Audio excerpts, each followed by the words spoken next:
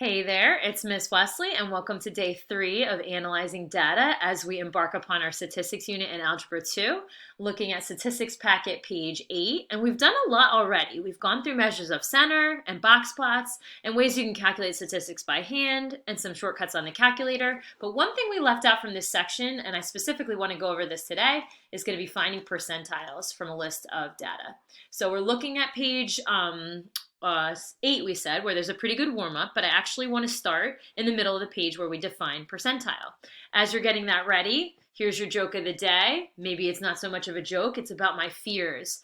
I have a fear, did you know I have a fear of speed bumps? But guys, I'm slowly getting over it.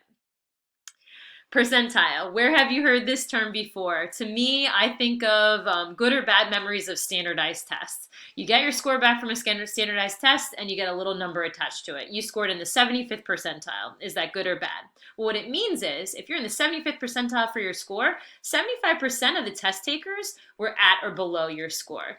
If you can calculate a percentage, you can calculate a percentile based on common sense. It's a whole number, that's important, from 0 to 100. Which are the same values that percentages could be and make sense, 0% to 100%, that you associate with a value x from a data set. It's going to show you the percent of the data that are less than or equal to the value x.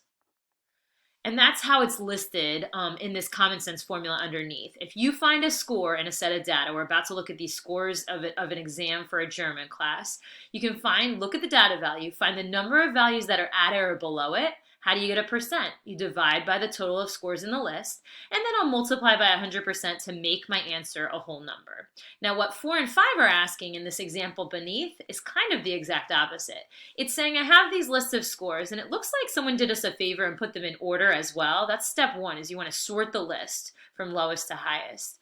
At what value is the 65th percentile? So I have this list in order, 65th percentile. Think of this as a percentage. As a percentage or as a decimal, you'd write that as 0.65. You want 65% of the values to be at or below your value, and think of your total number of scores, right? There are 20 scores in this list. So that means I want to figure out what's 65% of 20 total scores. I'll type that into the calculator, get a value of 13.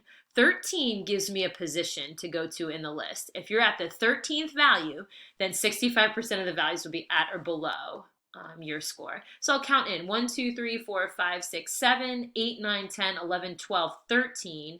A score of an 82 is going to be at what they call, this is the value, at the 65th percentile. So here's some new notation. You use a capital P with the subscript 65.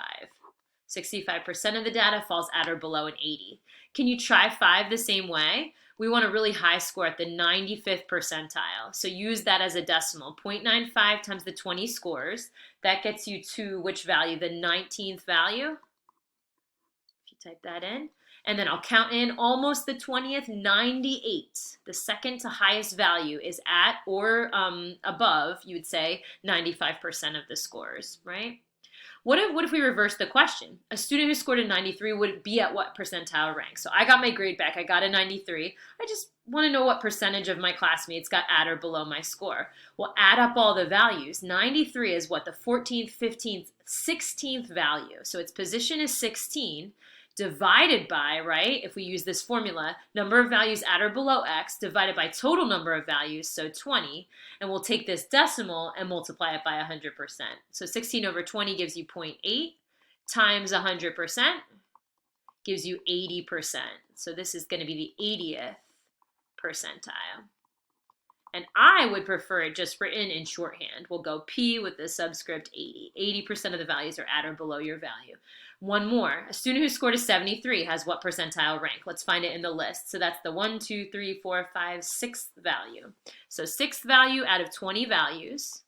Type it in, get a decimal, you get 0.3. Which converted would give you P30. 30% of the data falls at or below a 73.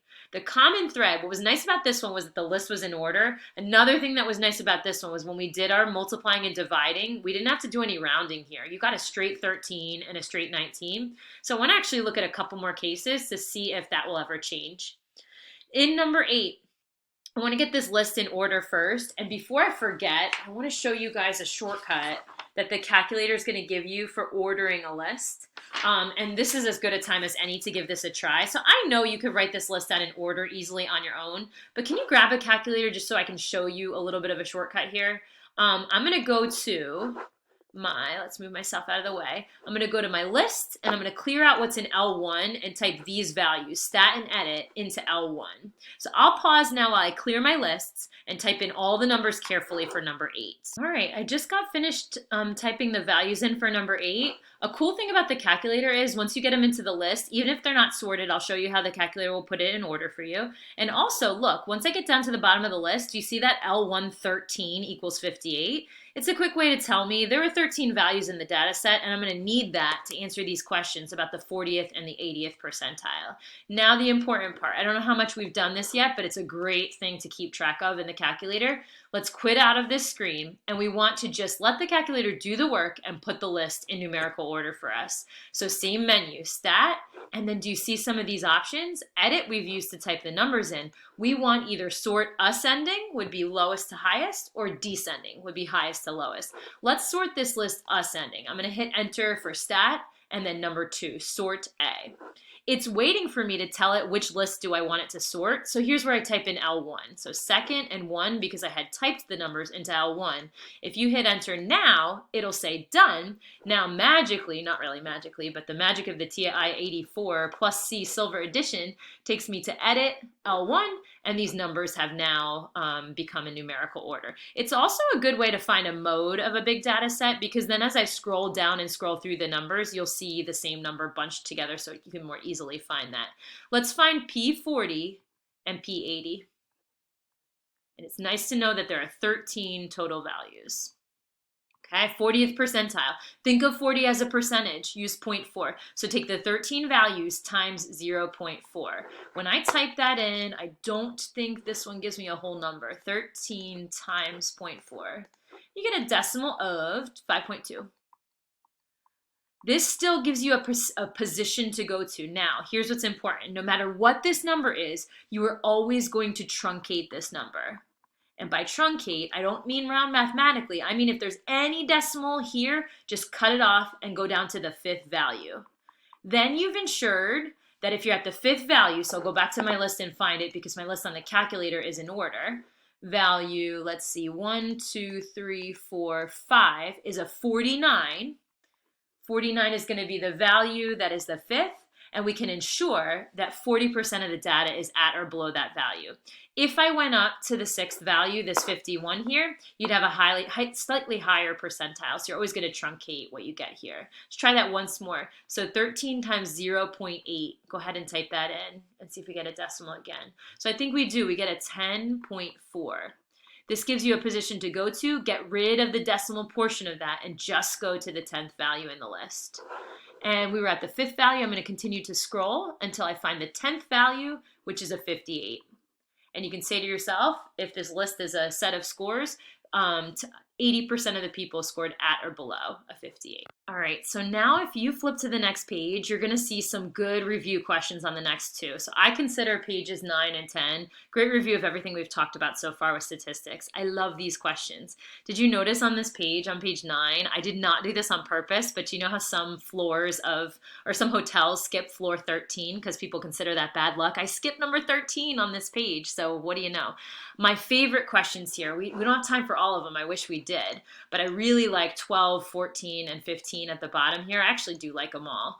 But let's try 12 together. It says if you score a 95, an 83, and a 90 on your first 3 tests, what do you need on the 4th and final test of the quarter to get an A for the marking period? I think if you pause and try this on your own, our answers might not match up exactly, but we'll get pretty close to one another. If you want to give it a try, feel free. You can actually pause and try 12 and 14 because we'll try both of these. All right, come on back, tune back in, let's talk about them. So you scored a 95, an 83, and a 90. Nice work. You don't know what you got on the fourth test, and we've seen weighted mean questions like this before. Not really weighted, but each one is worth a quarter of your grade. So we'll divide this by 4. But here's the tricky part of this one. It just says so vague. Get an A for the marking period. What school are we talking about here, right? At some schools, a 90 is an A. At Haddonfield right now, a 93 is going to be an A. So I want to wonder about what I should put here. And the question is, should I put a 93? I'm wondering if anybody came up with anything better to put than a 93. I guess technically, because Genesis measures grades to the nearest 10th, wouldn't slightly lower than a 93 still work out? Like a 92.5 actually would just be barely enough to round up and have you get that A for the marking period. So that's what I'm thinking here. If you guys solve this algebraic equation, so I add up 95, 83, and 90, and I get 268 plus x equals 92.5 times 4, so I think that's 370. This is kind of a sad problem. I think by my calculations, to get the 92.5, you still need above 100. You need a 102 to be able to get an A for the marking period. I put like a sad face by that because that's going to be kind of hard to do, but you never know. I'll put a happy face with it as well, and maybe just a medium face because you might as well try to do something like that. 14 is a really good thinking question, and it's better if you've looked at it and tried it on your own and paused the video first. But let me tackle it by putting everything in order. So I'm going to write the numbers that are given in order from least to greatest. So 2, a 3, I forgot, a 3.2, what else? An 8. And then I think I've got a 10, 11, 13, 14. And the question doesn't say to find x. X is somewhere in this list. We just don't know where, but do we know kind of where it could be? The median of the set of numbers is in the list. So to make the 8 that's here the middle number, a way we have to do it, I mean, we need the 8 to stay in the middle. We can't add x to the other side of this list. X can't be above 8 because it would push the median up too high, right? Or down too far. It must be below 8. So all I know for sure is that x has to be somewhere in that lower realm to keep 8 the middle number. So I'm wondering if this is adequate. If I say as long as x is less than 8, it follows the rules. It didn't say it couldn't be negative or anything like that. And there's one slight thing that I'm wondering who caught. Could I also make it equal to 8? And the answer is yes, right? X could be 8. You might just have 2 8s in the middle, keeping your median at 8. So we don't know what x is, but we know it's got to be less than or equal to 8. Okay, skipping over a few more, let's end on a percentile question. And it looks like this list, this is perfect. It'll save us time. The list is already given in order. Maybe we can try at least a few of these, maybe 3 or 4 of these together. Mr. I am hip gave his 27 students an algebra test. The scores are listed below. Matilda scored a 95. What's her percentile rank? Let's try it. Well, the question here we haven't seen yet. We've got 2 95s. Which 95 do we go with? You're interested in all the values at or below Matilda's 95. So you know what? You pick the 95 that's more to the right. So you've covered all the values at or below it are going to be to the left of it. So focus on this 95. And out of the 27 students in the list, 27, 26, 25, 24, this is the 23rd value. And that can help you with your percentile rank. I wanted to get one that was going to come out a decimal here. So can you divide 23? You want the percentage out of 27. So 23 out of the total 27 to get a decimal. And it'll be about 0.852. You always list your percentile rank as a whole number. Don't give me a decimal. So this will be P85. 85% of the data is at or below Matilda's score of a 95. Let's skip down. Can we skip down to this one, the other way around? Which score in number 19 is at P90? Well, P90, let's see. 90 as a percent would be 0.9. We want to find a position out of the 27 grades that are in the list. So we want to find out what is 90% of 27. Okay, and we get a decimal again here too. It'll be a 24.3. I almost wish it were 24.9 because even if it's 24.9, you are truncating. You're rounding down, and we're not going to the 25th value. We're going to the 24th value in the list. Go ahead and count in. We were just at the 23rd. Turns out the 24th value is this first 97 that's there. So you could say about 90% of the values are at or below the test grade of a 97. Like that. Which score is at P25? Can you try this the same way? So 0.25 of 27? and a quarter of 27 gives you 6.75. Truncate it, round it down, go to the sixth value in the list, and that's going to be a 73, and we'll say 73 is the score at the 25th percentile. Have a great day. I'll talk to you later.